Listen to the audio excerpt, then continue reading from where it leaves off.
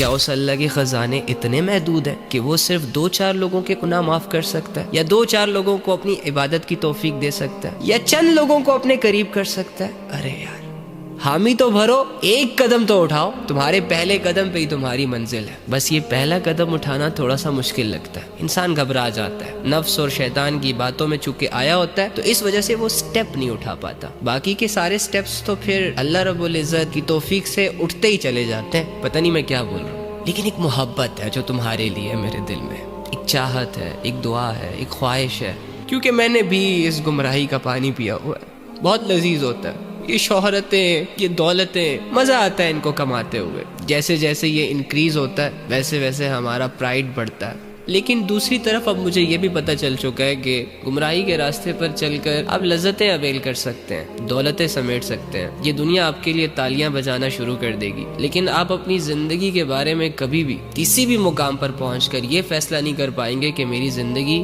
Successful ہے۔ آپ کی ہر رات آپ کو ڈرائے گی، آپ کا ہر دن آپ کو مزید غمزدہ کرتا چلا جائے گا۔ تو اللہ کا ہونا تمہاری زندگی میں بہت ضروری ہے تمہارے لیے، کیونکہ اللہ کے بغیر ہماری کوئی حقیقت نہیں ہے، اللہ کے بغیر ہم کچھ بھی نہیں ہیں۔ دولتیں، شہرتیں، گاڑیاں، بنگلے، لوگوں کا ہجوم، فرینڈ سرکل انسان کی اصلیت کو بدل نہیں سکتے۔ انسان بھلے اپنے آپ کو کچھ بھی سمجھنا شروع کر دے، لیکن انسان ہی رہتا ہے۔ لہٰذا اگر کسی کو بہت شوق ہو اپنے آپ کو کچھ بنانے کا تو وہ سمپلی اپنے اللہ کے ساتھ اپنے آپ کو جوڑ لے۔ خود کے فیصلے خود کرنے سے بہتر ہے کہ ہر چیز اللہ پہ چھوڑ دی جائے۔ وہ ایسا بیسٹ پلانر ہے نا کہ ایک دفعہ جب اس کے ساتھ کوئی کنیکٹ ہو جاتا ہے نا تو اس کے بعد جا کے انسان کو اپنی زندگی قیمتی لگتی ہے۔ تو یہ بغاوتیں، یہ گمراہی کے سفر، یہ لذتوں کے پیچھے پاگلوں کی طرح بھاگنا اور اس طرح کی عجیب عجیب کیفیتوں میں اپنی زندگیوں کو گزارنا بند کریں۔ کچھ ہاتھ نہیں آئے گا۔ لاکھوں، کروڑوں،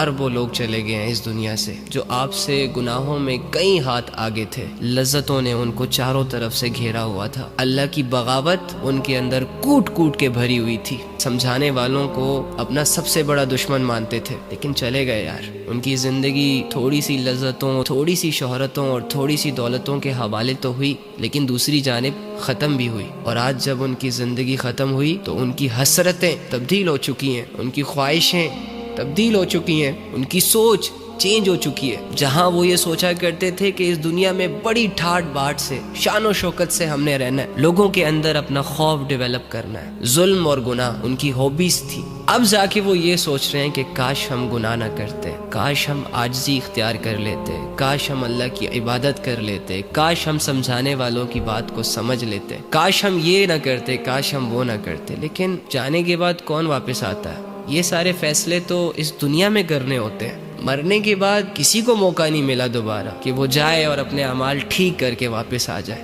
آپ کو بھی نہیں ملے گا۔ تو اگر آپ یہ چاہتے ہیں کہ مرنے کے بعد ہم اگر مگر کاش یہ وہ اس کے حوالے نہ ہو، اپنی یہ زندگی سوچ سمجھ کر گزاریں۔